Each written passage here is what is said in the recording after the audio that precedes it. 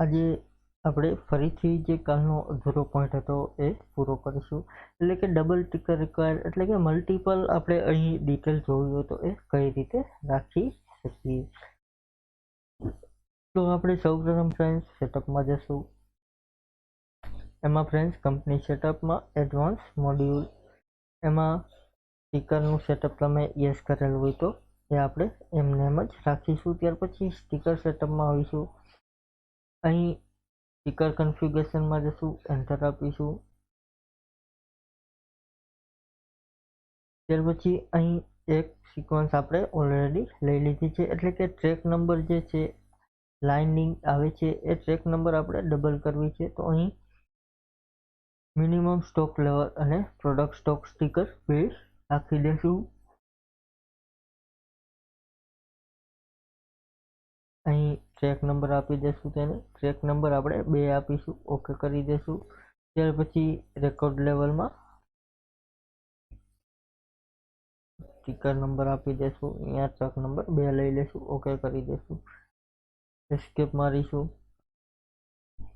ત્યાર પછી format list છે. તમારે ફ્રેન્ડ્સ લાઇનિંગ ચેન્જ કરવી હોય તો તમે અહીંથી લાઇન ચેન્જ કરી શકો છો. અહીં પ્રોડક્ટ સ્ટોક સ્ટીકર છે તો અહીં ફોર્મેટ લિસ્ટમાં જઈને અહીં પ્રોડક્ટ સ્ટોક સ્ટીકર છે એની તમે લાઇન ચેન્જ કરી શકો છો. અહીં એડિટ કરી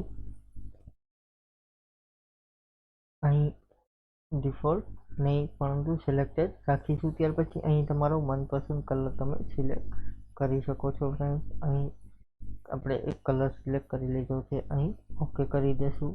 ત્યાર પછી નેક્સ્ટ આપીશું. અહીં સિક્વન્સ આપેલી છે એની તમારે કંઈ પણ જરૂરિયાત નહીં પડે.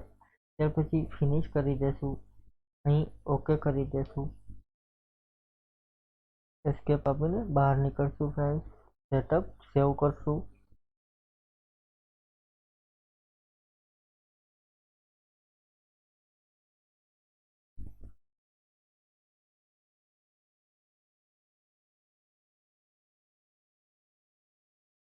અહીં ફ્રેન્ડ્સ જે સ્ટીકર લાઈન છે એ મલ્ટિપલ થઈ જશે.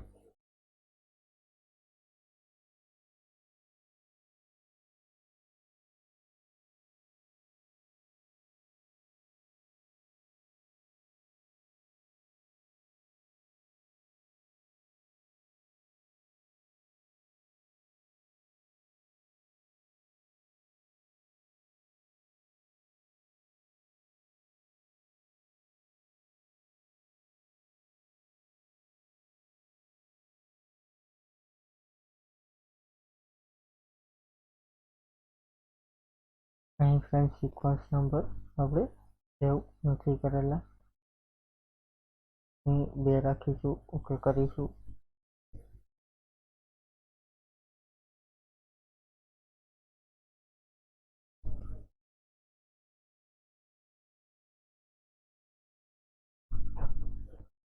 એસ્કેપ આપી અને એને સેવ કરી. સોરી ફ્રેન્ડ્સ, અહીં સેવ એન્ડ કન્ટિન્યુ કરવાનું રહેશે.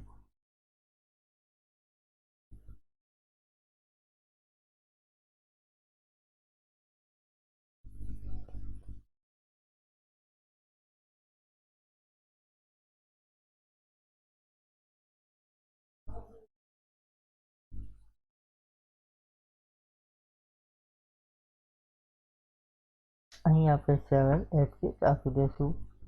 ત્યાર પછી એસ્કેપ આપીને સેવ કરી દેશું.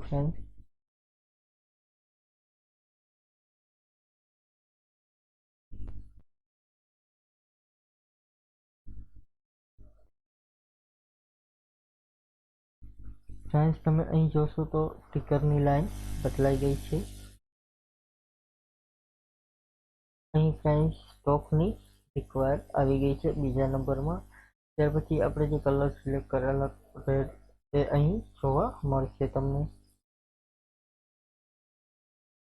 આ પ્રમાણે ફ્રેન્ડ્સ તમે મલ્ટિપલ સ્ટીકર યસ કરીને તમારું જે પેન્ડિંગ કામ છે એને તમારા કામ સાથે પણ પૂરું કરી શકો છો. દાખલા તરીકે કલેક્શન હોય તો તમે મેરેકલ અથવા તો તમે બીજું એકાઉન્ટમાં કામ કરતા હોય તો એ તમારે સાથે કલેક્શન કરવાની યાદ દેવડાવે એટલા માટે અહીં સ્ટીકરનો ઉપયોગ થતો હોય છે.